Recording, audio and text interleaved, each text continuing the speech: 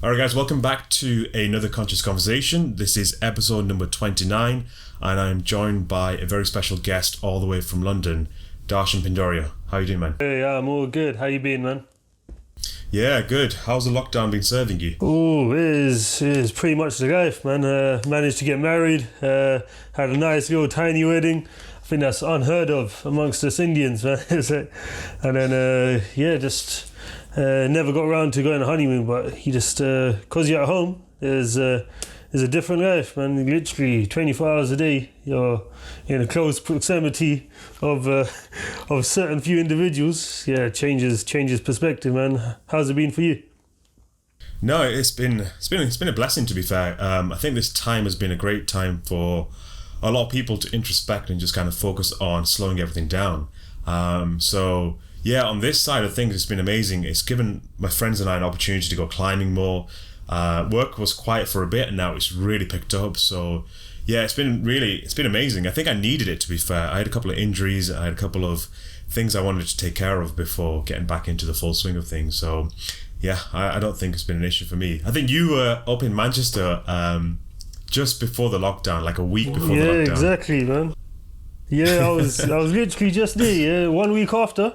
I think it was 6 days after the world went into lockdown type of thing, and then I am not used to lockdown. I can't even tell you, man. I'm used to just being out every day. I did for the first time I stayed 24 hours at home. Yeah, was that much? I've never done 24 hours in the house. There's always some reason to go out. I'm telling you. I think it was on record. It was around 6-7 odd years. I've never done a full day at home, type of thing. Right. So then, different. The thing is, with you guys in London, I think it was different for you guys. For us, when they said you're not allowed to get out and you're not allowed to do this and that, it was because we have like the Peak District next to us, and where I live, we literally have quarries and stuff around the corner. So it was just an opportunity to kind of just hang around with like two friends and just kind of climb all day and actually spend more time outside. So I don't think I spent the whole of the lockdown spending most of my time outside, which is the opposite to what you've done. Exactly. Yeah, you guys had it good. I think it was 2 weeks into lockdown, and there was a big thing with the stars. There was like shooting stars and all these shuttles or whatever was going on. I had to do that from the garden. It was weird. We were only allowed 1 hour exercise at the time, and then it was a different life, man. Totally different. Yeah. So before we get into more of the sort of deeper stuff about this in this podcast, do you want to tell how I know you, and then what your background is and what you've experienced compared to most average people? Oh, the first time I saw you were doing a presentation. It was 2009. I think it was August. Yeah, my guy, you were presenting at Bristol. We had a convention. Oh, that's 2011. 2011 that was. Yeah. There was a convention, and then I was like, this guy can present. I was up the day after you, yeah. So I was like, oh, this guy set the standard, and I'm due to go in next. And it was like, okay, I better step it up. So then, since then, I think it's 2010. That's when I found my calling about psychology, and then you were going off on psychology. I went off on psychology type of topics, and then since then we probably end up meeting at least once or twice a year. It was somehow, some way we just always end up meeting, and then every conversation it's like, okay, everyone else is having a normal conversation, and us two just go off into a whole different world. Yeah, and I think that really started on that Bristol Shibboleth. I think it was just the conversations were taken up a notch, and then plus I think obviously I was fascinated when you went off to become hang around with the monks from our sector of Hinduism, and I think for at least 3 or 4 years straight you either spent at least about 3 or 4 months with the guys out there, right? Yeah, I was from 2014. That's when I started heading out there a bit more regular. I done 4 weeks in 2010. That was just like a little taster type of thing. And then since then, my mind's just hooked on I need to go out there. And then being out there, and then I think we both know what it's like out there. We both know why people go out there type of thing. So then also between us two, our social network is pretty much, we've got too many people that we know, that we both mutually know. So then, conversations always just been we both know about each other's life. We both know about the style, and we both know what is out there. And then somewhat, there's only a few of us that actually go and do these type of things. Out of all the people that we know, there's only a certain few people that step out of the comfort zone and do something different in that sense. Yeah, but this is going completely the opposite path to most people. And well, I think it's become more prominent and mainstream because of Jay Shetty, that the fact that he went off. But the funny thing is, I knew you, and I knew that you were doing this way before Jay was going out there and doing his stuff. So it's incredible that how you were able to take this path. Just give me 2 seconds. I think my charger's going to run out. Let me just get my plug. Yeah, sorry about that. I forgot to plug my laptop charger in, and then just seen the battery sign. But yeah, like I was saying, more people know about it in the mainstream now because of people like Jay Shetty, and I think you were saying it with the conversation the other day that Steve Jobs, people like that have also done it as well. And it's an amazing thing to do because you get out of what you think your life is, and you start focusing on a path that these other people, like we're talking about the monks that spend most of their life in. So yeah, do you want to talk about that? Oh, so you know how it is. We've always grown up around knowing that there's a whole concept of ashram life. So in my family, it's been a generational thing. So my dad, at the age of 10 to 12, for 2 years, he would go to ashram. So back in the days, it was a family thing. 2 to 3 years, everyone goes to ashram. His dad, he went off to ashram for 2 to 3 years. And then my generation comes in. Because we're all modern, we don't think that applies to us. We just think that, okay, that was them and this is us.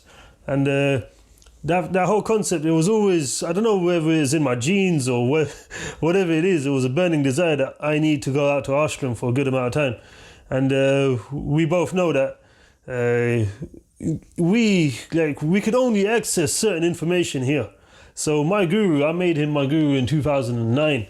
My spiritual master as such, but he doesn't keep a phone. He doesn't even like talking on the phone. So if I wanted to learn from him, I had to go out there and literally live with him 24/7, see what he does, ask the right questions. And most questions that we want to ask, they don't just happen when we're sitting around and having a conversation. They happen whilst in the activity, whilst living day to day. You can start questioning, oh, okay, how comes he done it that way and not this way?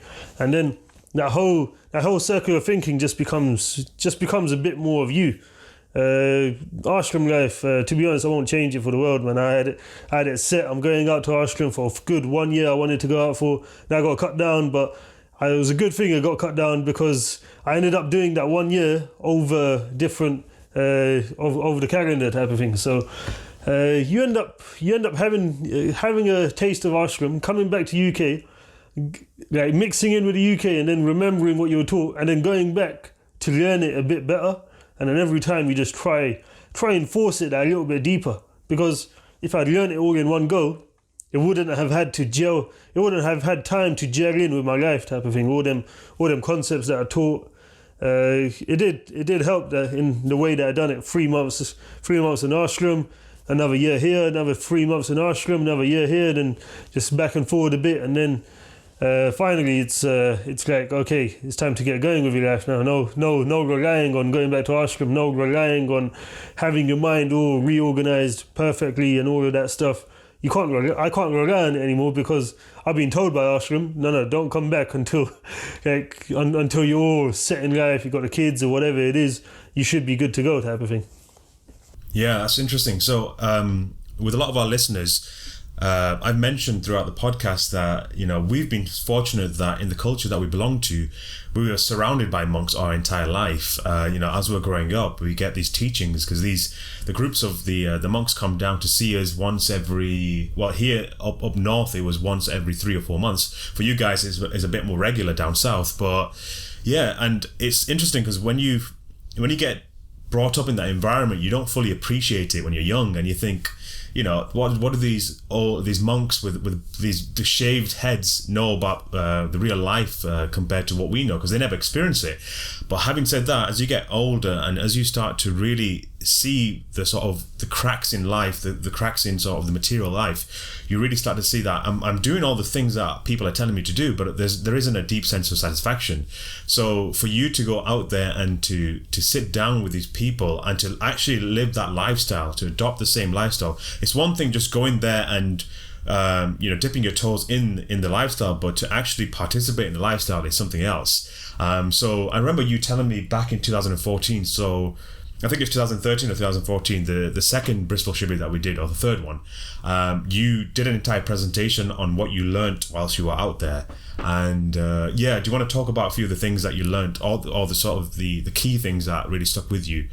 Like what was your schedule like over there when you were living there?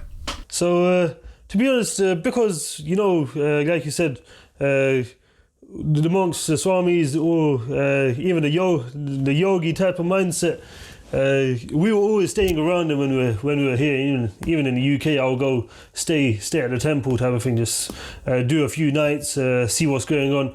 And then even that used to scare me, to say, oh, okay, how could you do this every day? How could you be waking up at that time? And then as soon as you go into ashram, everyone's doing it. And that becomes the new normal. So before, I never knew what the new normal was. Uni life, you just get a bit lazy, do everything last minute. But over there, a total different shift. And because the environment is all set that way. So literally, the first, I went January the 10th. And then by January 14th, I was in ashram. And January 16th would have been a 1 month period where there's a ritual to go bath in the lake at 2:30 in the morning. So I was on my first day. They just told me, what time are we waking up tomorrow? And they said, I'll be ready by 2:30. And I was in shock. I was 2:30. You feel good, like, okay, let me do it for one day. That had to happen for 30 days in a row. All of a sudden, it's all going in my mind. Okay, yeah, just go along with it. And then you start, like, you wake up and you don't know if you're awake or you're still sleeping. It's like you're still in that dream type of thing. So that whole, what happened for me is I went super deep, super hard, and then when that month finished and when it was just in normal ashram life, I was set for it. So waking up 2:30 in the morning, go for a bath in the lake, literally go for a 2 kilometer walk, and then you're back at around 3:15. 3:15 you get ready for your prayers. Then 4:15, 4:30 there's a whole congregational prayer, and then we go into services. Literally, I'm making food, prepping breakfast for everyone. Then there's another congregational prayer around 6 o'clock, 5:15 to 6. It varies based on the time of year. And then straight after that, that's when you kind of realize it's only 6:30 and look how much I've done today. And this was every day. It never got old for me. In the UK, it would literally just be wake up time around that. But in India, it's like you've lived a whole day and it's only 6:30. And then straight after that, you're left to yourself. And that's not something I'm used to as a London boy, man. London boy, literally, I had a city job just before that. Literally just go to work when it's dark, because it was January, I was December. I'll go to work when it's dark, come home when it's dark. And now I feel like I've lived a day and it's 7 o'clock and I've got the whole day left. You just start thinking, okay, what can I possibly do for the rest of the day? Yeah, even though you think you've done so much, your energy is like on a high. You can't sleep. If you sit down, fair enough, you could kip away a bit, but it was different, man. Then I used to go into conversation. Me and my guru, there's other learned seniors there. I used to just get into conversation, and by 9 o'clock is back to going to services. 11 o'clock having a meal, and my meals are pretty heavy there. I was used to I'm a bit of a London boy, so I wasn't used to the whole yogi type of eating. And I used to eat in a bowl. Yeah, literally, you just put all your food in a bowl, put water in it, mix it up, literally reduce the flavor, and then you just down it. It's oh boy, I can't even tell you about it. I don't think there's any of these viewers are ready for that. So there's this big thing as a yogi, you have to control your senses, and you control them by not giving the senses what they want. So that's essentially, you can't sleep. You can't sleep on a fancy bed. The smaller your mattress, the easier it is to wake up. So basically, you're waking up out of discomfort. But all these little things, because your senses aren't craving anything anymore, they're just due to get this. You know, every time there's a meal, you're just gonna get it in this way. So we know the best food is in there. Like there'll be a cake in there. Let's just say we know it's in there. So you're actually eating a cake, but you're not tasting a cake. So it's a whole mind trick that you just kind of. There's so many little things. Even the way you stand, the way you walk, what you wear, the way you wear what you wear. All these little things. There's so many things that are in there just to manipulate the senses and make sure they're in some sort of, they're in a line of control. And then we'll have a 1.5 hour nap in the afternoon. That 1.5 hour nap, I wake up from that nap and I don't know if it's night or day. That's how tired I am, to wake up. But then once you're awake, you learn. Right now, when we wake up in the morning, we wake up and then we're still feeling a bit tired. But over there, once you're awake, once you manage to get yourself to be in a awake state, then you're buzzing. All of a sudden, you could go through, it ends up being 2:30. Otherwise, from 2:30, you got to stay awake until 11 still, yeah? Like 10:30, 11. And then you're waking up at 2:30 again in the morning. Literally, you're learning so much. I used to spend an hour at the end of the day just writing notes. Yeah, this is on my iPad. I'm writing in rough. Just got so much to get down every single day. And then the next day you wake up, you're thinking, how could today be better than yesterday? And then all of a sudden you don't know how, you don't know what you're going to do. But because your mind is so engaged in the moment, so many little things just add up. And then when you write it down at the end of the day, it's like, whoa, okay. Yeah, that's what happened today. And it gets addictive, man. I can't even tell you, but that life, that way of being, that mindset is really addictive, man. Yeah, so there's a couple of things I want to go into there. First of all, there's this negative connotation or negative idea that monks just spend all of their day just sitting there meditating all day. They don't do anything apart from that. But clearly from what you've said is, even though your day starts early, yes, you spend the first maybe 4 or 5 hours of the day, doing your mindfulness, you're doing your meditation, and also you're participating in your services. But the rest of the day is spent just serving, doing as much as possible to serve everyone around you. So it's no wonder that you end up being exhausted by the middle of the day, and then you take your nap and then you feel refreshed again.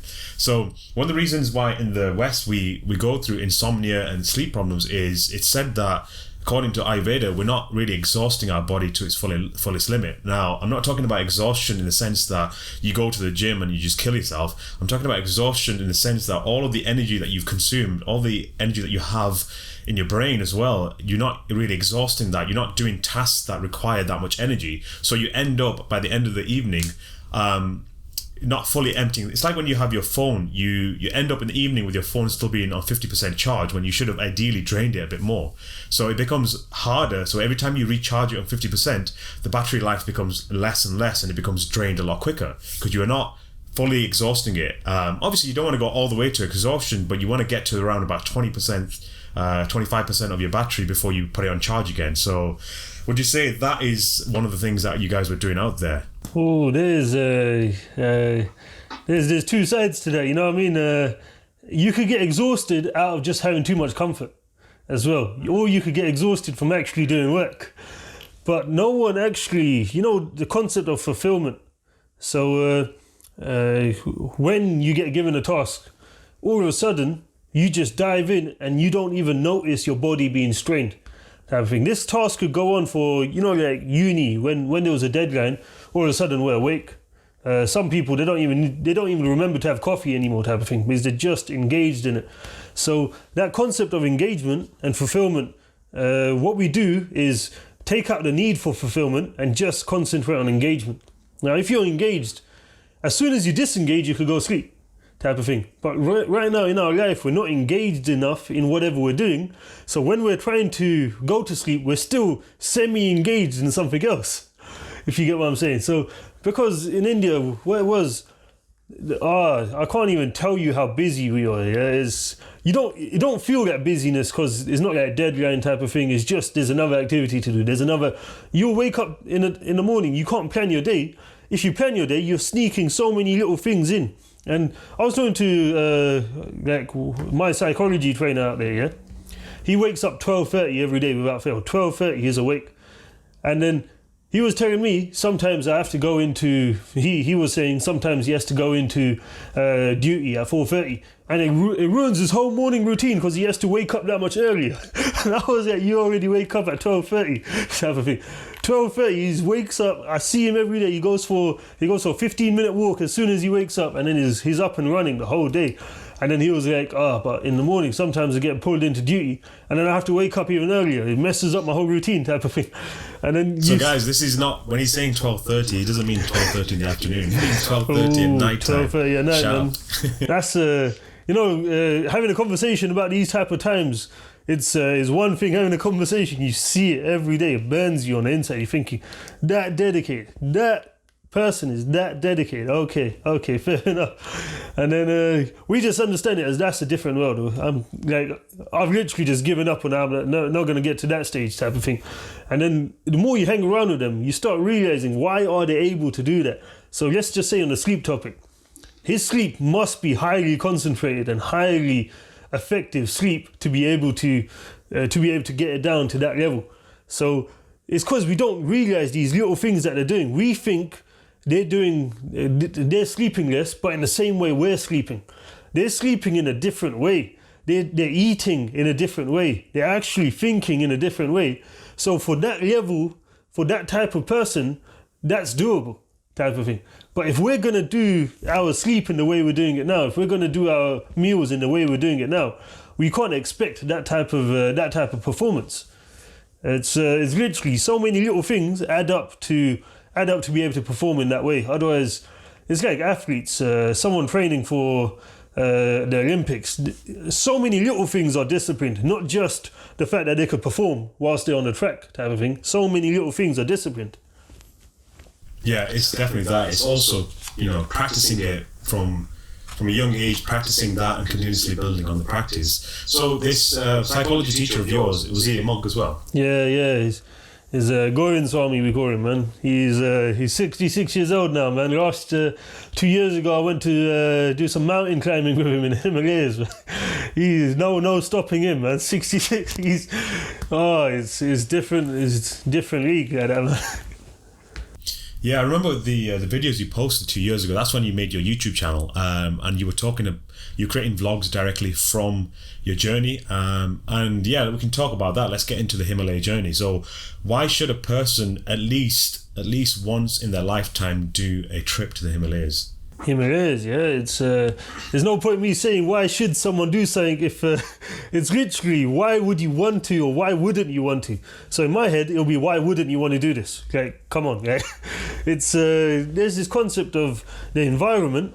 Whatever environment you're used to, you start adapting to that environment. Let's just say now, as soon as you change environment, you start valuing or you start seeing your old environment a bit differently. So I'm in London, busy life, whatnot. As soon as I go out to, let's just say I go out to a third world country and I start seeing how the poorer people are still happy. Like the African tribes, they're all buzzing in the evening type of thing. And then if I go out to the Himalayas, I experience something different. Then when I come back to London, my perspective on things are that much different. So what does the Himalayas do to you? If you're going to isolate, and if you isolate in London, you're still surrounded by technology. But if you're going to isolate in the Himalayas, you're surrounded by scenery, yeah? Like mass, like you can't stop looking at type of thing. You look at one mountain, you'll just think, okay, so that mountain is the size of London right now, yeah? Type of thing. And I get a whole mountain to myself, yeah? And then on that same mountain, how many people have come here to meditate? You could hear the stream, the water rivers, the flow. You could drink straight from the river. You just literally just get your hand and just start putting water in your mouth type of thing. And all of a sudden, you're thinking, why am I still all energized when I woke up at 3 a.m, I climbed a mountain, I've only drank water type of thing. Why am I still this energized? Then when you come back to London, you start realizing what's draining you, what's not right, or what type of other experiences can I try to adapt into what I'm doing on a day-to-day basis. So this is where I'm saying Himalayas has a culture of its own. It has a meditative culture. It has literally what we call right now our brainwaves. Let's just say they're up and down really fast. A flat line is what we call a dead person type of thing. So what's the Himalayas? Himalayas is going really high and then really down type of thing. But it's just when you do that at a slower pace, you're going much higher. So when you sit down, you could just really go down into yourself. When you stand up and when you're ready to go for a run type of thing, you can just really go high energy type of thing. So it's an experience. You can only talk so much about an experience, but it's literally just any mountain that you go to, any scene that you see, you can start reflecting once you're back on seeing what type of things you can pull from that, what type of things you could apply to just little things on your day. You could just start putting new learnings into it. Yeah, definitely. And the other thing with the Himalayas and spaces like temples where for generations we have powerful people who have done meditation in that environment, it creates a certain amount of energy. And I remember thinking, I think it was watching one of Sadhguru's videos, and someone asked that to him. He said, why the Himalayas so... There's this really weird energy here, and you don't normally get to experience that anywhere on the planet. And he said it's because for thousands of years, through generations, all these amazing people have come, and most of them actually have left their body there. They've performed that much meditation, deep meditation, that they've managed to relinquish the body and leave it there. And there's a certain amount of energy that's remained in that area. Yeah, it's incredible. The same as when you meet these really powerful monks and yogis. Like I remember my guru, well, my dad's guru and my grandfather's guru was Gansamjim Das Swami. So from our sector, we obviously have the leader, a monk, like the Pope monk, if you want to look at it from the Catholic's point of view. And the leader of the monk is usually chosen based on particular traits and based on particular types of characteristics. Now, he's respected, but also at the same time, his brother Gansamjim Das Swami at the time, he was a very powerful monk in his own right, and the stories that I heard growing up and the things that he was able to do, it was incredible. Like people from the West would completely, their minds would melt if they could experience or they could be around these types of people from what kind of energy they have. So yeah, we watched him. It is a big thing. So many people do end up going out there. Literally, they're just always... when you go there, you see loads of people from Europe out there. It's thinking, how comes you keep coming? I met one guy, he cycled there from, I think it was Croatia or some... might be in Romania actually, or he literally just cycled out there. It was pretty. I went South India. There was loads of Europeans. They cycled out there. I was speaking to them. They said, "This is my 4th time in India," type of thing. I was like, "Oh, so have you seen Delhi?" He was like, "No, I don't go there." He just goes to these like stone temples, and he goes to. There's a bit more mystic places. If you go Rishikesh, it is the yoga capital of the world, type of thing. It's crazy. It's just like every culture has come there to find what these people are experiencing, essentially. And same thing, Himalayas. If you just go through a few stories, it just won't end, type of thing. And then if you go through the stories of the rivers, there's one river that flows upstream. Literally, you're looking at it, you put a petal in there, and it's going up the mountain, type of thing. So it's like if you want, like one day we went out looking for a lotus flower that grows in ice. So we knew where it was. We just kept walking, but the mountain, it was just such a long walk, and you find a flower that grows in ice. It smells so good. Yeah, what we say is your senses are also heightened out there because you don't have much polluted air or anything like that. You just what you smell, what you eat, it just tastes that much better. Taste is heavily to do with your nose as well. So everything's much cleaner, and you're experiencing things to a higher level. I was in shock. I went with the yogis as well. Otherwise, I wouldn't know what to do out there. I'll be kind of lost sometimes. It'll just be like, okay, I'm here, but what do I do? And then they'll be like, okay, let's go to this mountain. And there's also the case that you go to a certain mountain for a certain quality as well.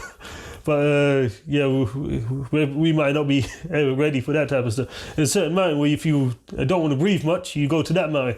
And then there's another mountain if you want to concentrate a lot deeper. So we say Badri Ashram is heavily known for that. Badri Ashram, we call it the last village, just before the last village in India. That is really good. And there's mana. If you want to do reading, you go to that mountain. They say the mountain is stacked like books, just the shape of it type of thing. There's, like I said, just keep talking about the Himalayas if you want type of thing.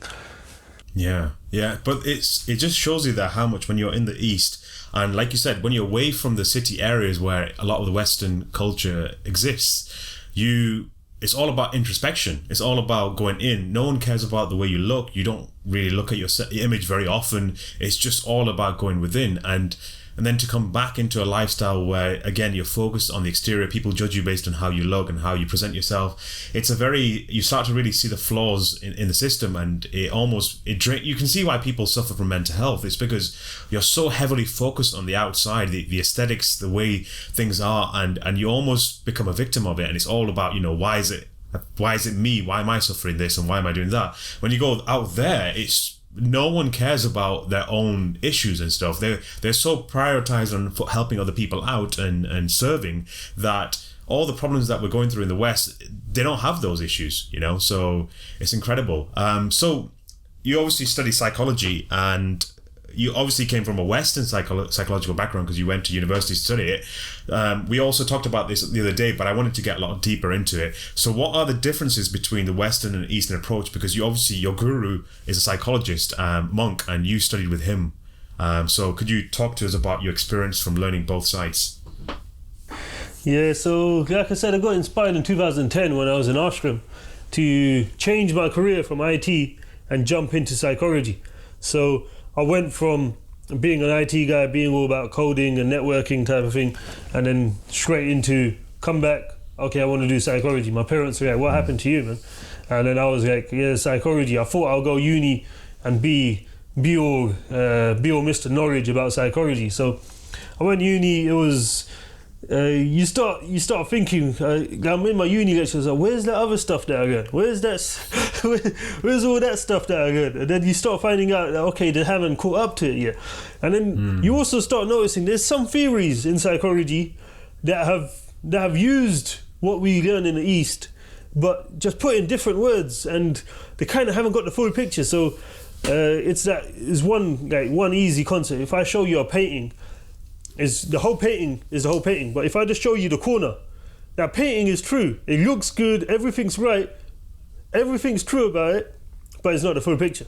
So that's what I was going out to India. I was thinking, okay, that theory works, but imagine if you knew this about it. Imagine if you knew this much more. So I gathered up. I was heavy in the books for my uni years. I wasn't too keen on the exams, to be honest. I was like, whatever happens in the exam, it happens in the exam. But I would go and study just for the sake of studying. I would just be like, okay, let me read up on self-esteem today. Let me just keep going, see what's out there. Just keep learning. And then I kind of learned how to ask questions. That was a big part of what uni gave me. The Western side of things is always going to teach you how to ask questions. Now, I go back to the East, 2014. I have a load of questions. I asked them all. I'm with my psychology trainer. We used to sit for 6 hours a day. Yeah, this was near the end of my ashram life, so I was trained up a bit more. I was able to handle that type of education. 6 hours a day, Q&A. We just used to go into. Let's just say he teaches me about 5 forms of happiness: happiness in product, happiness outside of yourself, happiness in your mind, happiness for your breathing, happiness in your heart, and happiness for your soul, type of thing. He teaches me these things. Then we have to dig into each one, why it is and why it isn't, type of thing. Like, how was I taught about it? How is everyone else taught about it? We're just going into each thing, diving in, and then by the end of it, your mind is fried, but you feel like you understand something. Now, if I was to do this in uni, study 6 hours, my mind will be fried and I still won't remember anything. And you start thinking, why is this the case? It's not even out of passion. I had passion in uni. I was like, yeah, let me learn this. But by the time it's finished, in uni, you're drained. But in ashram, you're thinking, oh, okay, tomorrow I need to ask this. Tomorrow I still need to dive into this. whilst I'm dreaming in my sleep, all of a sudden answers are just going on. Like dots are being formed. Then you realise the main difference between Western and Eastern psychology. Yeah, it's in the West, we ask the question, we try to get a hypothesis, we try to scope out a result of something, and then we go out into the experiment seeking a result or seeking the opposite of the result type of thing. But in the West, you have the experience, then you question the experience, you question about everything. So we do this in mindfulness. Let's say if you, I reckon every mindfulness session, you start off, you just go in, and then at the end you review, what did you experience? Did this happen? Or why did this happen? Oh, inquire into that. I'll meditate on that thought, see what happens. So this whole reversed way of doing things, this is where it's hard, especially if you come from a Western perspective. So my first time in ashram, my psychology trainer let me ask as many questions as I want. He just let me go for it. I came back to the UK and I still wasn't able to practice any of it. I was thinking, why isn't any of this working type of thing? Because I've never experienced it. I've just questioned it.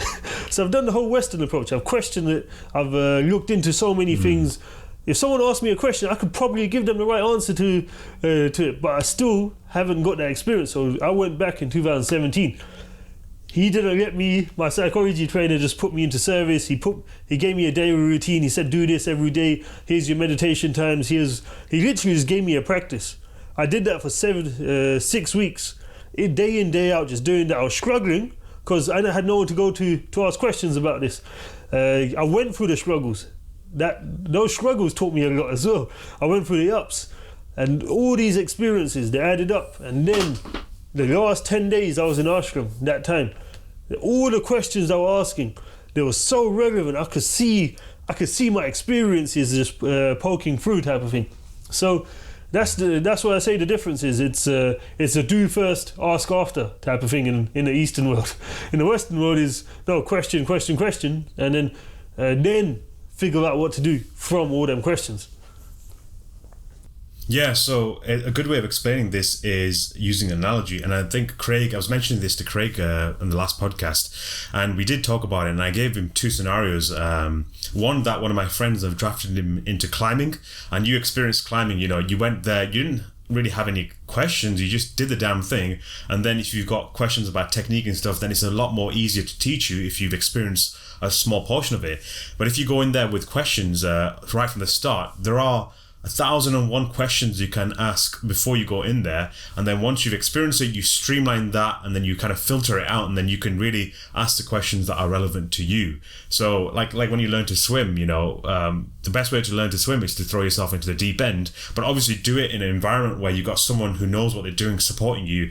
So you throw yourself in the deep end, you see how you do in the deep end. If you struggle with anything, then you can say, I'm struggling with this particular thing. You don't go in there with the outcome or the sort of the idea that you're going to drown straight away. If you go with that mentality, then you won't get anything resolved. So there's this concept of the art of Q&A.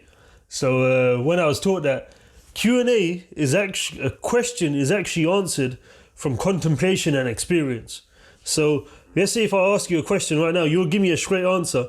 But when does it feel like it's answered is when I've contemplated and experienced something. Or I could do it on the reverse. If I've been going through something in my life, I've actually been experiencing something, I've been contemplating on it, then I ask the question, when that person gives me the straight answer, I feel like it's answered. So there's this concept of the art of Q&A is in, the answer is in contemplation and experience, but the wording that you get is what you do with that. Do you put it into experience? Do you put it into contemplation?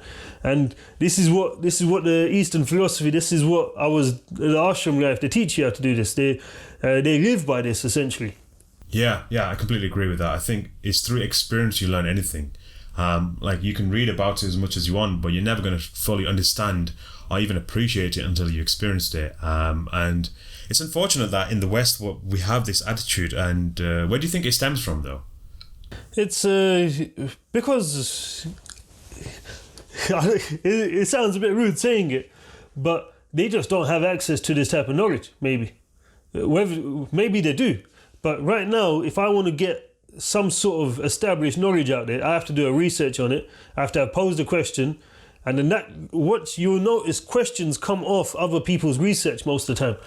And until we start, let's say, asking the right questions or going for the deeper experiences, then you wouldn't know. So let's say you go into meditation, now you know what question to ask. You go for a deeper experience, now you know what question to ask. But if no one's gone into that deeper experience before, if no one's gone down that line of thinking, then why are they going to ask that question? And they say this even in India. They say most of the people that come there because they couldn't find the right answers from before, or they couldn't find the right answers anywhere else. So that Steve Jobs example, he must have gone to ashram and asked a question. As soon as you asked the question, someone there would have said, okay, you're asking that question based on that experience.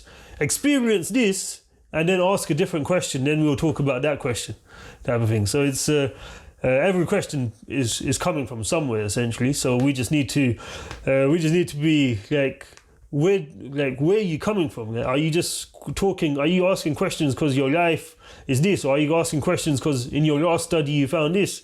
And the better the questions, better the experiences. I think that's where the Eastern perspective has been going for a long time. It backdates to crazy number of years, and those people who it backdates to, some of these people, they wrote wisdom, outright wisdom. So that's what we end up studying there.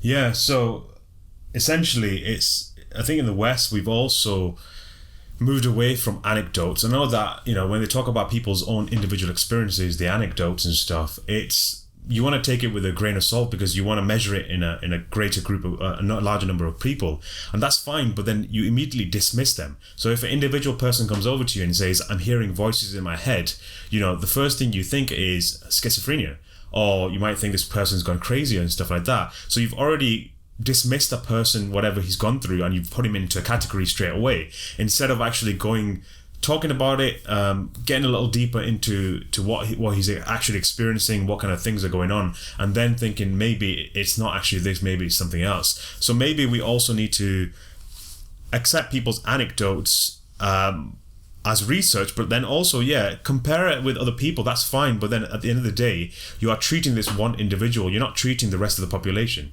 Yeah, that's a big thing. Imagine, let's just say a normal psychology study. You would do a questionnaire on 100 people. Out of that, 70 people said this, so therefore this must be right. But why did that 30% say something different? They're still individuals, they're still humans, type of thing. There must be a reason behind someone's reasoning, and we will just ignore that type of thing and then just go with the majority and say, okay, this is the new theory out in the world. If you sleep 8 hours a day, your life is much better, type of thing. But you've just gone for that 70% of people. What about them 30% were thinking maybe differently, type of thing? There must be a reasoning behind that. Yeah, definitely. It is exactly that. And maybe with certain things in science, you can say maybe we need to go with the majority. But in most cases, if you really want to look at different points of view and different sort of experiences and things people are going through, you can't dismiss when someone comes over to you and says, look, I'm going against everything that everyone else has told you. Maybe my experience is completely different. And I think we go into this mindset of exactly that. We standardize everything and we think that is the way to treat everyone. I think it's maybe that. It's the fact that we're trying to treat everyone. So it's trying to please everyone, we please no one at the end of the day. So yeah, I think that approach needs to maybe change in the East, especially in the West. So the first thing you're taught in ashram is something called nyaya. So what's the reason for the question existing? So we could ask a question, I'll be like, okay, any question, why is it dark in the room right now? So why is there need to ask why it's dark in the room? Because you like the light, or you like it when it's bright in the day, or whatever it is, there's a reason. And then there's another question that's come up. So what's the reason for that question existing? So it's something that we're always on alert for. So when we ask a question, it also shows a lot about ourselves why we're asking that question. So in ashram, we're always a bit weary. If we go to a senior saint, the question that you ask a senior saint is got to show that you actually want to know something, or you actually in a desire to know something, and he will give you a straight answer. And that answer it'll be so concise, type of thing, that you won't need to do anything else. You just need to contemplate and experience that answer, and your life would experience what he is experiencing, type of thing. Yeah. So let's go with that. What kind of things in that period of time that you were spending with the monks over a period of like 4 or 5 years, what was the things that you really took away, and what was the things that you actually experienced and really changed your life? So there's everyone has their own mental struggles and mental world that's going on. So for me, the first thing was get that in line. So I come from a background of like anger management issues. I had heavily socially incompetent at one point, type of thing. Didn't really understand people, and then what I did understand of people was maybe, I would personally admitting, it wasn't the way people should have been understood. So if you start understanding people wrong, you start thinking there's something wrong with you, or you start making up stuff that's wrong with you. So all of that had added up in my life. And by the time I'd gone ashram, I've also got baggage. So there's a big thing about clearing that baggage. It doesn't just clear. There's no one experience that just clears it all. There's no spark moment as such that clears it. There might be a spark moment of answering a question just answers itself, or whatever happens there. But there's always going to be traces of the past that keep creeping in. So I had to get that cleared. That big thing was getting that cleared. To be honest, that's a day in, day out process. That's what you're, just from being around the people that you're being around, you ask a question, but you just think about that person's life and something just gets answered. So many little ties, little infectious thoughts that were in there before. So many of them are clearing up. You're always learning, and everyone has filters. So when if I was to share a quote with you, you will read that quote. You would imagine that quote in a different way to the way I do it. So the filters that I had were polluted. That's what I would say. They were polluted before I went ashram. So now, when I went ashram, those filters, I started questioning my own filters. Why do I always see stuff in this way? Why do I always pick the negative, maybe? Or whatever it is, what my filter was, you start questioning it. So once you start questioning these things, you start looking for the answers, then you question again, why did I see that answer in this way? And a lot of the time, you start realizing there was no need to be thinking in the way I used to be thinking. So that clears up. Once that clears up, you can start absorbing what ashram life actually has for you. What ashram life has for you is a concept of productivity. Now, you're being productive in what we would call, let's say, a 50 square meter area type of thing. If you're staying there for 6 weeks, how do you get productive? You always do something. You always get on with something. You always keep your mind engaged. You're always trying to, let's say, up your memory. You're always working on whatever. This body is my existence. This body is literally my world. So if you're making that better, you're just making that better. You get to a point where you don't realize how good it's gone. It's like some people, they might be going gym, and then because they're comparing to the people in the gym, everyone's all tough and everything around them. But when they go home and everyone's all a bit getting tired of just walking up the stairs type of thing, then they realize how strong they are. So what happened in ashram, I started, let's say, measuring up to individuals there, not measuring up to their level, but measuring towards their level.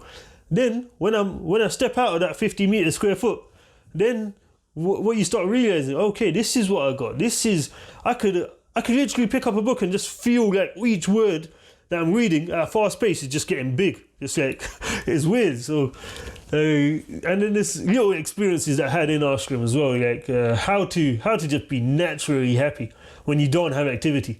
So right now, some people call it escapism, or some people call it like the engagement loop. You play a game, you lose the game, you win the game, you need to play the game again, type of thing. So that engagement loop, how do you stay naturally happy without all of that? So all of these things we're learning, I'm telling you, like, if you're there for 3 months, you're having 9 hours of conversation a day, you start picking up loads. So you could say I went into the engagement loop just on learning. So I'll be like, I got this question on, let me try find out more about that, or let me try get a whole another conversation going with one of these guys. That conversation inspired me so much, I want to get more time with him. All these type of things, that starts becoming your new normal. And for me, I needed a new normal. And before, I was I would say my normal before was unproductive. It was a bit like, low level discussions, just like, how you doing? Just accept, yeah, I'm fine. But you don't even know the meaning of fine type of thing, is it? So that new normal, that started changing. Like I said, if you get me talking about ashram life, just keep going, man. Yeah, so again, it's that concept, that new normal. It's interesting you say that, because when I was training with, obviously this is probably not a good direct reference, but it's the point of the sort of the story. But when I started training, when I switched it up from weight training to training with like acrobats and calisthenics guys, I started to realize all the flaws in my previous training protocol with weight training. And then when you become the least, so the most incompetent person in the room and everyone else is much better than you, all you can do in that environment is learn and become better.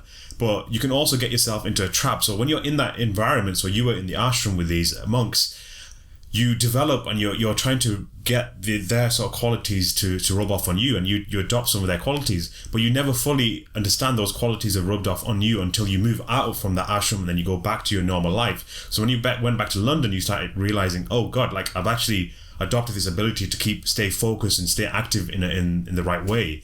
But it's interesting because in that environment, when that happens, it's not just you who realizes that you've changed, other people realize that you've changed. And we can also get into a very dangerous mentality where now you think you're someone because you're with people that are a little lower than you, whereas when you were in the ashram, you were surrounded by people that were way more elevated. So how does someone stop that from happening?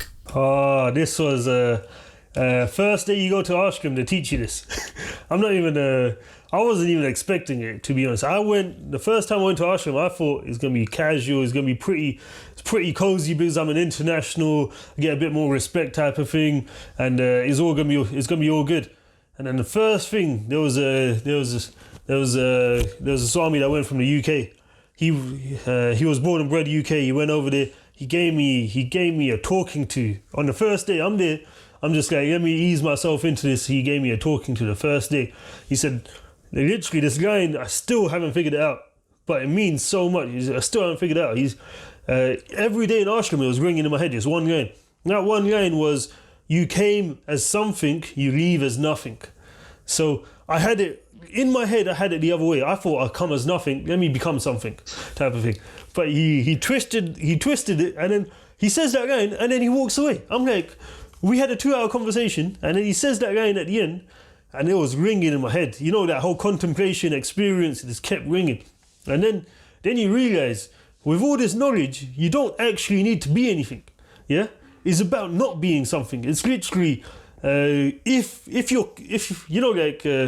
only think we're something based on a comparison type of thing. But if that reason for comparing wasn't there, if there's no reason for me to compare to you, if there's no reason for, fair enough, let's say, if you want to get better at something, you compare type of thing. But you compare to get better. You don't compare to put the other person down. Same thing, if there's no reason in my head to compare, that means I'm allowed to be nothing. So a lot of the people, we don't allow ourselves just to be nothing. So we feel the need to be be in a room where everyone's better than you type of thing. That makes you feel like nothing and just goes out for the performance type of thing. But really, if you are able to do that with your mind, if you're able to do that with your life type of thing, being better just becomes a thing that we do. We just do it. Whether we do it with a mentality of being better than someone else or whatever it is, we just always just be better. And then our reason for, let's say on a spiritual life, is always God. Everything centers back to God. Be better for God, be more like God, and no one's going to be greater than him. All of that mentality is always capsulated anyway. And then for us, being nothing, it's everyone is stressing because they want to be something. Everyone has an issue because they want to be something, or be something to somebody, or have something for somebody, or be able to do something for somebody's attention type of thing. Once that thing goes, I don't think if it comes back, it comes back. You just need it talking out of you. But it's you start freeing up in the mind, man. It's you're so free in the head. You would read something just to enjoy reading it. You don't even need to read it so you can tell someone else about it after. You just literally everything you're doing is just for the activity that you're doing. Yeah, 100%. Craig and I have mentioned this before. It's the art of being process oriented as opposed to goal oriented. So yes, it's nice to have goals in life and set goals, but then if you are trying to achieve that goal, regardless of whether whether it's going to take a toll on you or whether you're doing it purely for the addiction of achieving that goal, what kind of effect will it have on you? So let's say, I think, I don't know who mentioned this, but they say that when you achieve the goal, you become depressed because you're now trying to chase another goal. So it's a never-ending cycle. When you don't achieve the goal, you become depressed because you haven't achieved the goal. So it's just, you're continuously just chipping away at yourself saying that, I'm not good enough, I'm not this and that. When there isn't a comparison. So the goal isn't to say, I am good enough. The goal is to say, I'm just going to do it, regardless of whether I'm good enough or not. Oh, yeah. If you put that in Western perspective type of thing, you question yourself for why you didn't achieve it type of thing. And then somewhat, imagine if we're doing this every day. On an Eastern perspective, all you do is question how much you did learn from this. So every day you're just questioning how much you've learned to apply to what you could do right now, not what you could do in the future. So at the end of the day, we'll sit down. I'll be with my guru from 9 o'clock to 10 o'clock. We sit down and all of a sudden we're talking about we're just talking about general knowledge type of thing. And then at some point he will ask me, did you know this? How do I know you knew this type of thing? The only way you know something is if you're doing it in that sense, or if it's part of it, or if it's at hand for when you're doing something. That's that little game changer. So let's say we failed before, but that failure, all it was, it's if you could practice all the things that you learned from that failure right now, then you haven't failed.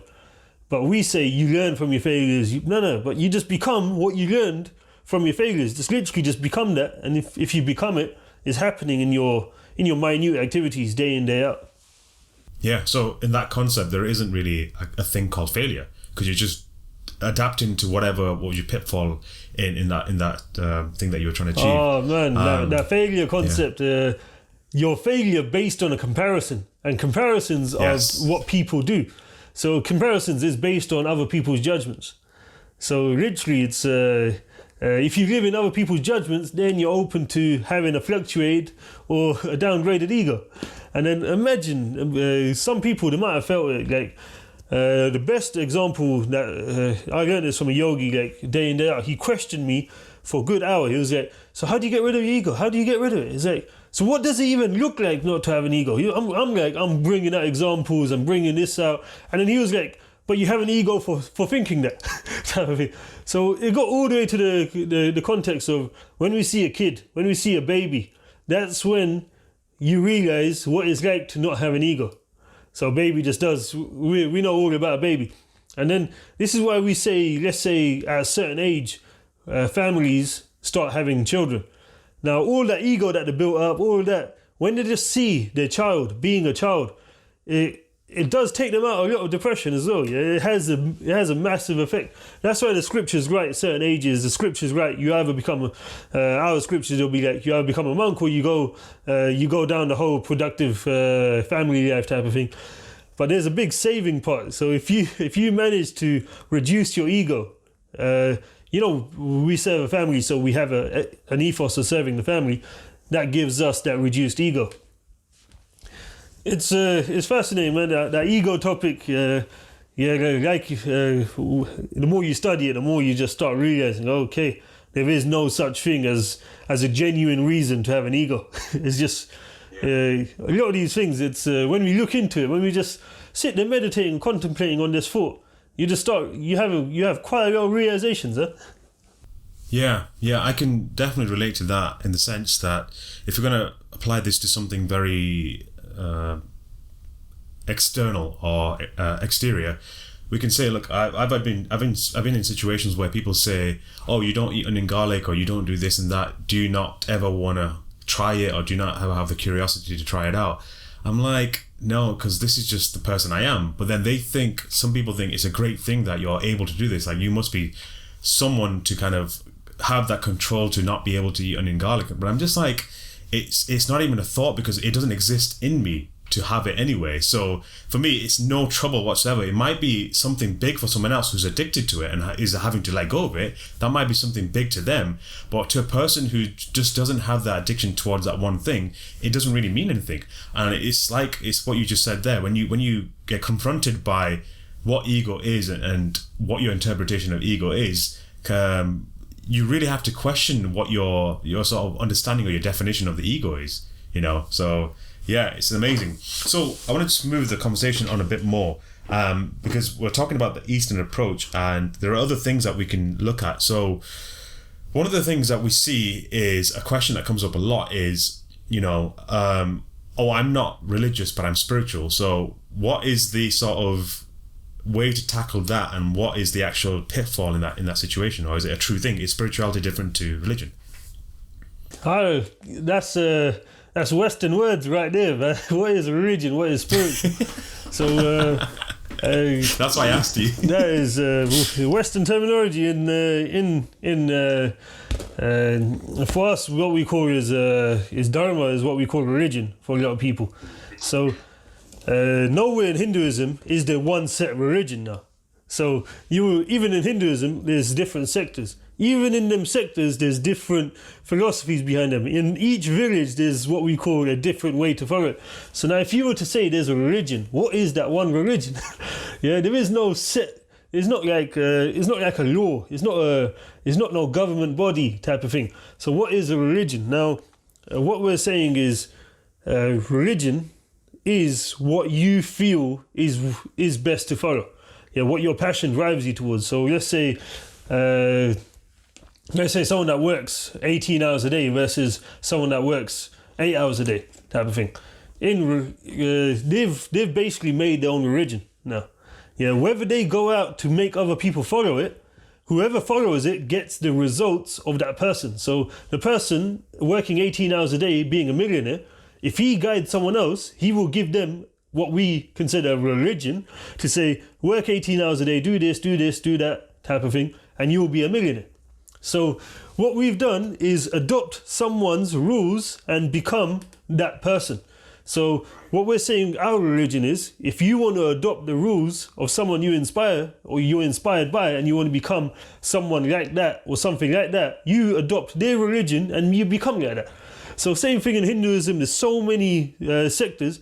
They're all inspiring to become like whoever they're inspiring to come by. Yeah, and then they're following their rules to be more like that person. Now, for religion, they're saying that person is God. Yeah, they're saying, I want to become more like that, and then they're saying God. Now, spirituality is an experience you encounter. Now, if you just live for experience, you're going to become spiritual. Same thing in religion. If you're doing religion to reach that form of spiritual enlightenment, then you're going to become spiritual along the way. That's the standard. Now, what perception we have, what lens we have towards this, that's always going to be up to us. If we choose to follow this rule, the way I was taught is, there's a Hinduism fundamental scripture, it's called the Vedas. In the Vedas, nowhere does it say do this and don't do that. It just says, if you do this, you get that. But then in another Veda, another part of the Vedas, it will say, if you do this, you get this. Yeah, and then people would be like, no, but you could get it doing it this way, you could get it doing it that way. So what we say, there's something called Vedanta. Let me just round it up in an easy way. What we start doing is, everyone starts experiencing something from the Vedas. They're experiencing their experience that is right. Once you know that it's right, you have faith in what the Vedas say. And then once you have faith in what the Vedas say, you also keep reading and you find out, okay, that thing doesn't get you to that thing. So if you want to go to God type of thing, you start realizing there's something called Vedant. Ant means end. So what is the end of the Vedas? So that's where you eventually get to, and then your guru or whoever is experiencing the end of all this, do this, do that. What is the end of it? That's what we call spiritual enlightenment. So in Hinduism, we call spiritual enlightenment the end of all the fuss or all the do this, do that, what about this, what about that. So it's that journey. So what we say, it's Vedant, you're not gonna learn it from reading. You're only gonna learn it through experience. what people think religion is, it's a robotic experience type of thing. But really, what it really is, it's the end of not doing this or doing that. So the example that I'm giving is, if you were brought up in a millionaire family, you might have a lot of habits in your life that just end up making you a millionaire because you do that kind of work. Yeah. But if someone from, let's say, a really poor background, if they wanted to become a millionaire, they would have to put certain rules in their life to make their life productive in such a way that gets them to the millionaire status. Now, same thing with religion. If you want to get to that level of results, you might have been brought up in a religious family, so you're doing certain practices that automatically help you just get to a level of realization. But if you're not, you have to jump into some sort of rules. You have to make your own rules or whatever you have to do to help your life be something that aligns yourself for those spiritual experiences. So let's say onion garlic, or let's say waking up late. There's certain things that might work for you to get a better spiritual experience. So you're going to do that, and you're going to set a rule around that to say, okay, I wake up 4 a.m. and do my meditation in the morning. That's a rule you set because you think, or you know, that's helping you become more spiritual. So this is what religion is. Religion is the boundaries, and then spiritual life is the experience you're going to get. So if you use rules to get you that spiritual experience, you use rules. But otherwise, you're going to make up your own religion about it, type of thing. Yeah, well, that's basically what it is. You're making your own religion in a sense. But yeah, if you break down the word religion, it's religion. Legion means a group of men. You isolate and you reduce the number of people in a population, and you follow certain traditions and laws and whatever you want to call them, dharmas. And when you add that, is just you remix it and you bring your own laws and religions into that group. So yeah, it's very interesting that you explain it in that way.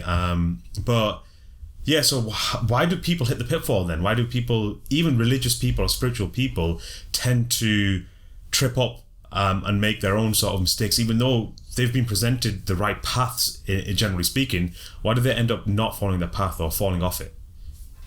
Oh, now this is going to be, let's say we've all got this experience in our own life where there's been experiences that, okay, if I do this and I was promised this, why not getting it, type of thing. So we can look at it from a spiritual perspective. We do need certain struggles in our life. We do need certain experiences in life to actually knock us in place. So we are as strong as we are because of, let's say, the resistance that we faced at a certain point in our life. Now, same thing in religion. If you're actually chasing a result, so every story in our religious books, nearly every single one of them, will be someone that had faith or had challenged or had their faith challenged. Yeah. So why do we read these all day long? We read stories about in that business, we read stories about, let's say, Steve Jobs struggled and then made it, type of thing. It's always them struggles, them stories that make something happen. Same thing in our own life. There's always the moments where you're tested that actually mean that much more to you. So if something happened in 2015, you're going to remember 2015 more than 2014. 2014, you're doing everything right, but yet you remember the year where it all went wrong, type of thing. And even for us, the most famous story is Lord Ram. Ram came down, he done everything perfect, but yet he failed his kingdom. He pretty much lost his wife. It's like money. He was sent to the jungle. He was fending for himself, type of thing. This is like literally his wife got kidnapped from him. In the Western world, we would see this as a failure. Yeah.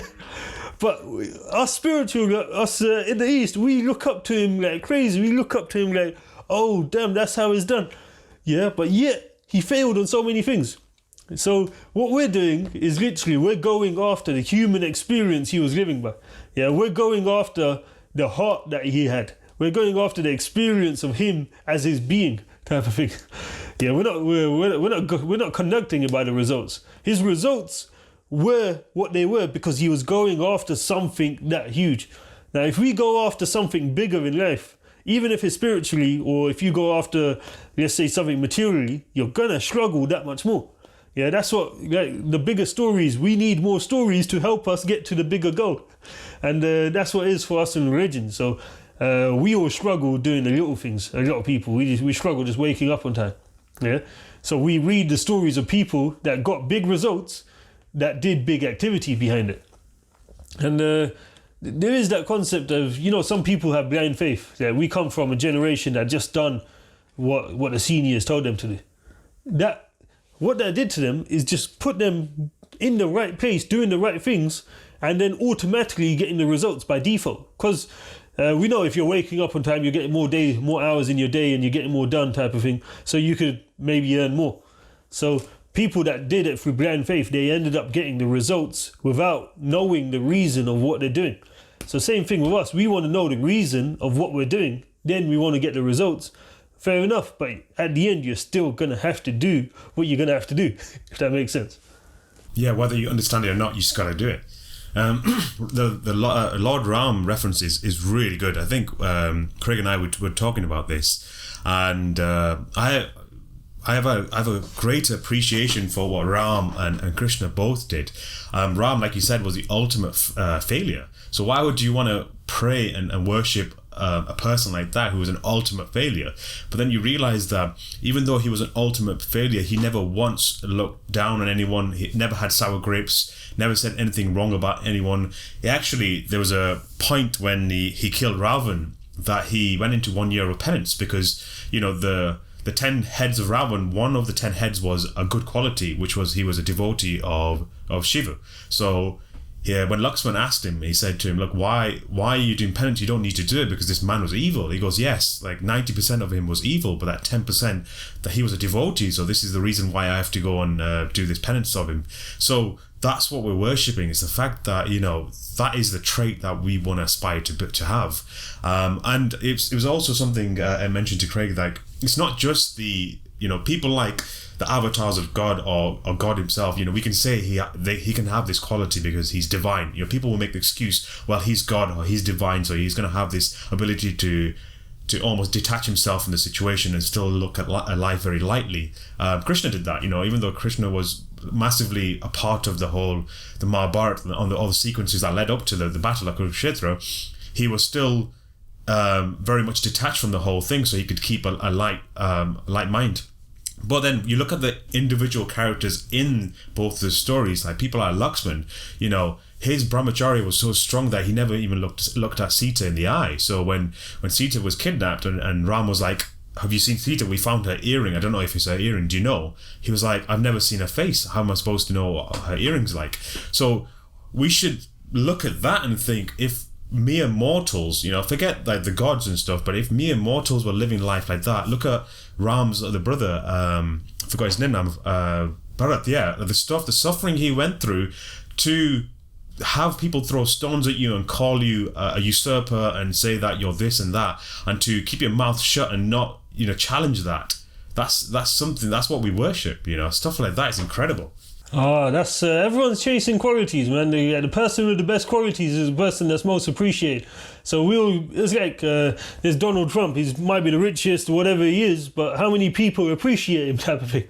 It's like same thing. There might be someone with no money, no success, but they're going out. Let's say they're cleaning a whole beach, type of thing.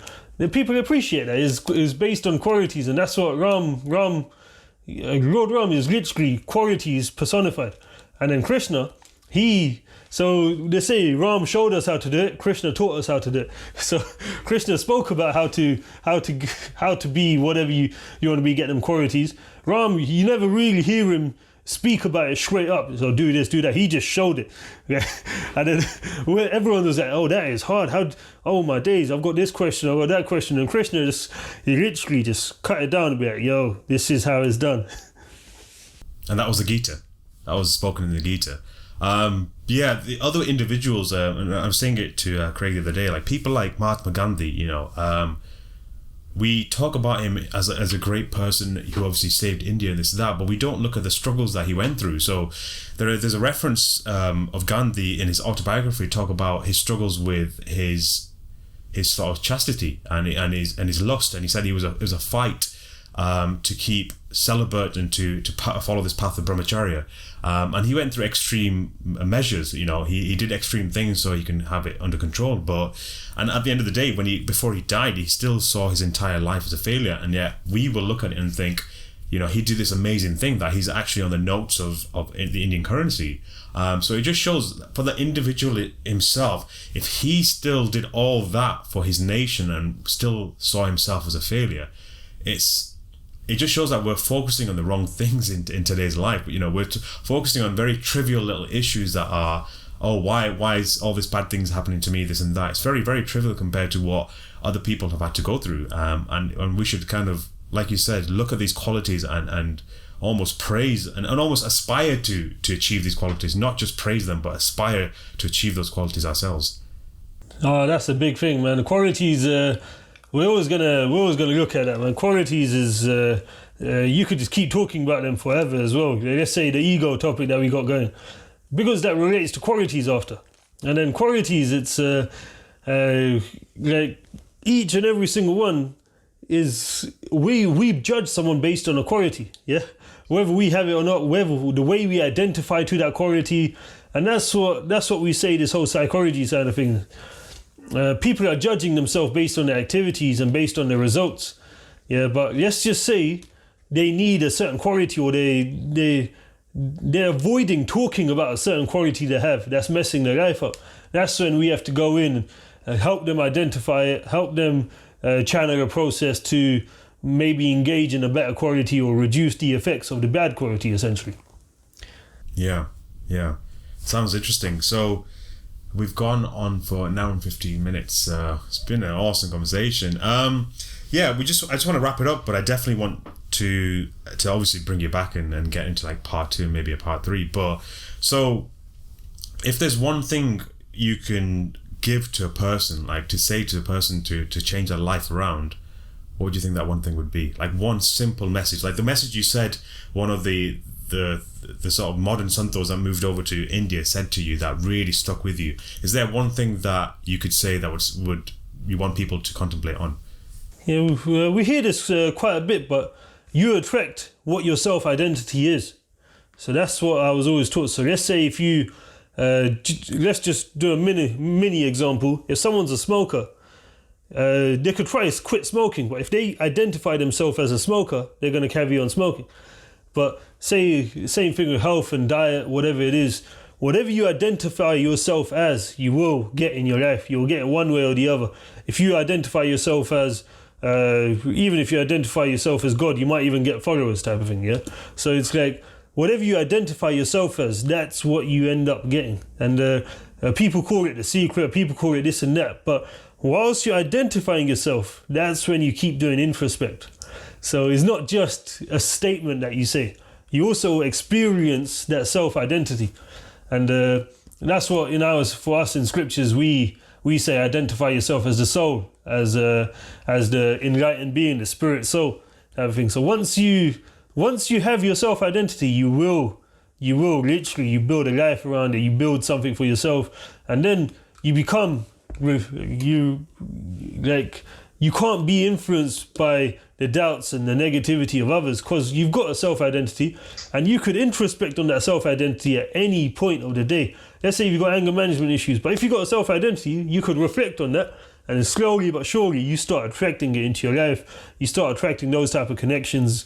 And if you don't have a self-identity, you used to start by introspecting a bit about what do you feel you are as a self? Well, what is this thing? What's this? Am I just what thoughts are going on right now? Because they're always changing. Am I this? Am I that? Whatever you are, even if you're lost at the start, you start noticing so many things, even whilst being lost. You start noticing loads of things. So there is that concept. You always get more of the same. Yeah, incredible. So I know it's going to kind of veer off topic, but I just want to finish off with one more topic. So we talk about meditation and dhyan and stuff, and we talk about the Western forms of yoga, and it's for me, it's always been an interesting topic. Like Craig and I have bashed on about it a lot, and I just want to get your perspective on it. But in a culture that is so heavily, like you said, you mentioned that thing right at the start, when you have a massive painting and you focus on a tiny portion of the painting, yes, you can see the beauty of that small portion of the painting, but you don't see the vast scope. So in the same sense, the Western yoga has become a very small isolated part of the greater part of yoga. We know how it's kind of lost itself from all the glamour and all the sort of being able to market it and sell it. So how do we bring that part back to its roots? How do you get people to actually do the dirty stuff, which is sit there and actually look at self-reflection and look at all the issues that they have before they start preaching certain messages? How do we get people to start doing that in this age? You know, in the East, we've always got this thing of, it's called the Sankalp type of thing, the thought to initiate an activity. So let's say right now, the West, they're fulfilling a need. So we know people want de-stressing, or they want experience some sort of peace. So all this yoga, all of it is fulfilling a need. And our scriptures back that as well. They say, if you do this pose, you get this effect. So there's we're taught on the Patanjali yoga side. So we know you do this, you get that type of thing. Now, for us on the Eastern perspective, we're not allowed to seek something in the experience before we've started. So let's say if you go into an experience, you're seeking peace. No matter how good of an experience, you're only gonna grab peace, type of thing. No matter if you're seeking like inner awareness, no matter how good the yoga session is, you're only gonna seek that little thing out of it. Now, same thing with spiritual life. Now, if you go into spiritual life, if you go in without seeking anything, you could start gathering so much because you're not looking for a particular thing. So that's we could do that when reading a book. If you're just looking for a certain topic, you will find that certain topic. So that's what I'm saying. Like, Western, they're fulfilling a need. Now, in East, if you're ready for that type of life, so you know, martial arts is a good experience, is a good example. You'll do martial arts, you'll get people think I'm doing martial arts so I could beat someone up, type of thing. But you go to any martial art training, they will teach you martial arts is not for beating someone up, it's for really controlling yourself and maybe beating yourself up in the right way, type of thing. So it is that, man. That's the Western perspective. They're fulfilling a need. We know it's going to work. It's going to do what it says on the tin, if that makes sense. But as soon as you want to seek more, a lot of people do go into trying to find more. They do go off to India. They do fit into the ashram life, and then what they end up experiencing, it is really good. They end up experiencing all these different realms of experience. Now we both know the more you go in, the more you will want to go in, and then that's an infinite loop. Yeah, it's you go to a certain stage where you see darkness, and then you see light, and then you stop seeing light, so you start questioning your life because why aren't I seeing the light, type of thing. Trust me, we've all been there. So, and then you start experiencing certain drips of light, or you start experiencing, when I do this, I see more light, type of thing. So you start living the whole go inside, see this, see that, what cause and effect. If I do this, I'm getting this effect, and if you are seeking more, you got to go where there is more available. So, like the standard yoga course, yeah, whatever's available is available.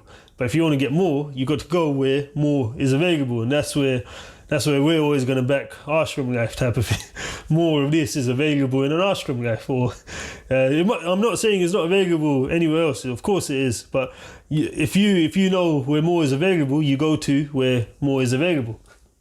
Yeah, 100%.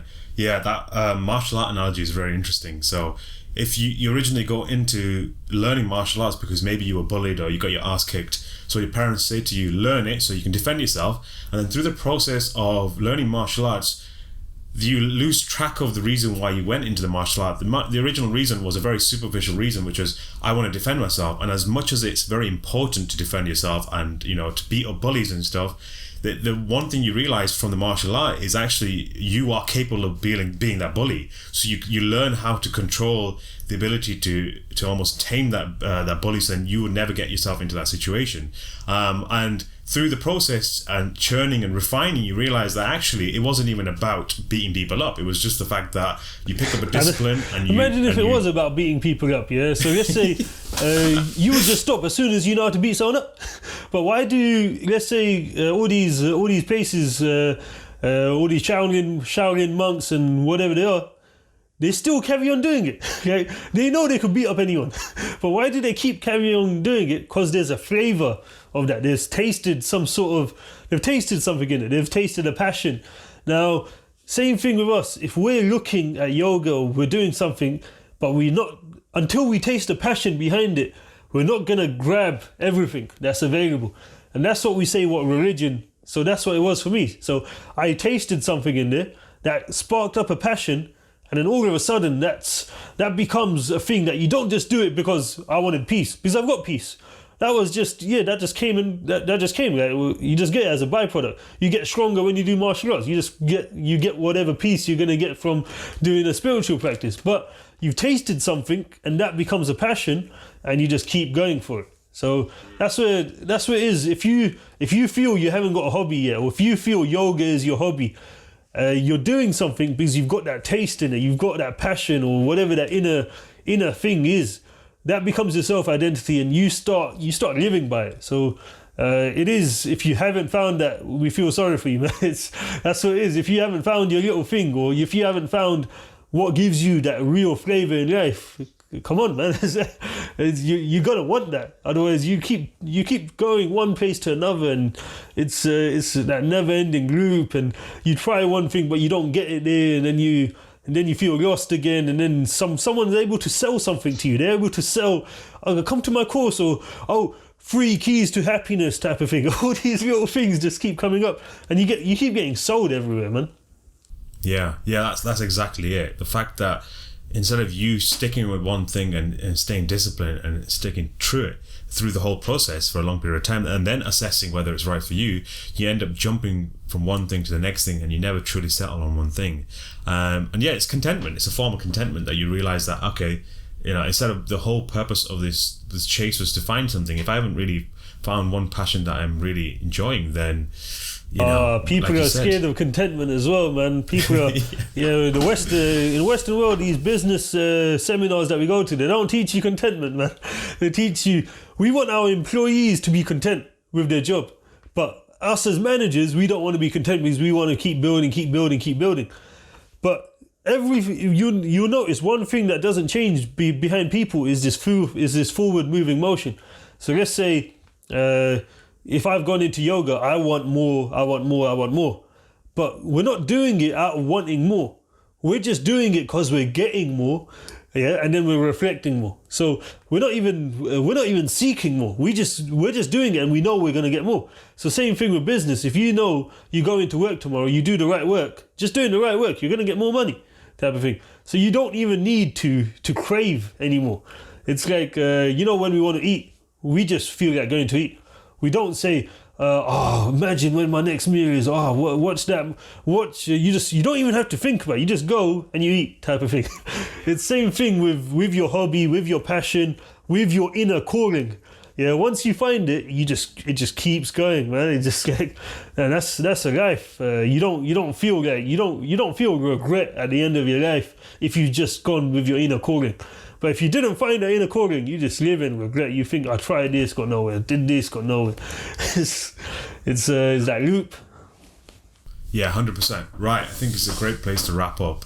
So, like we always say, guys, this is going to be on the usual platforms. It seems like more people are listening to this, but this one is definitely one to watch. So definitely catch this on YouTube. So this should be posted on Thursday.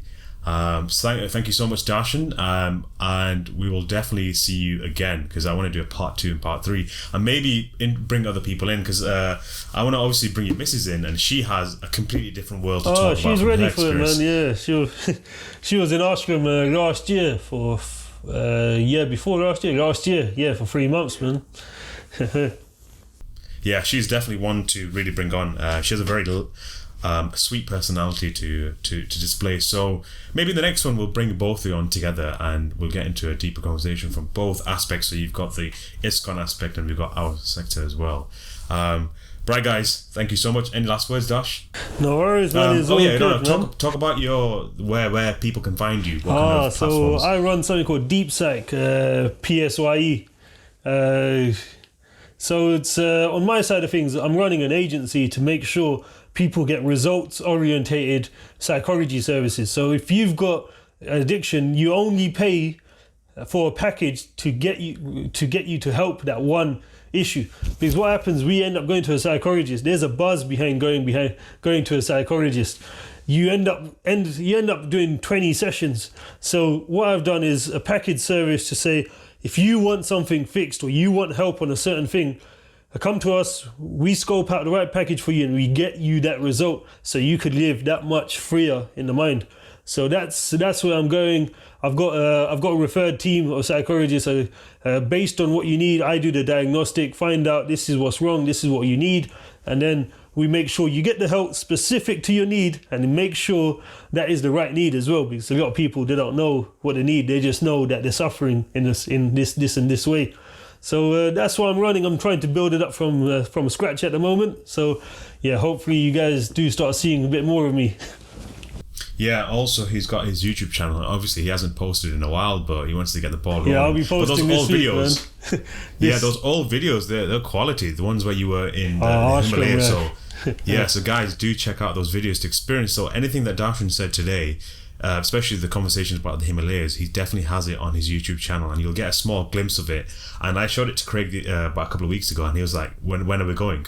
And I was like, yeah, we've got to sort this out. So check Darshan out on YouTube and definitely check him out on Deep Sync as well. Right, I will see you on the next one, guys. Done.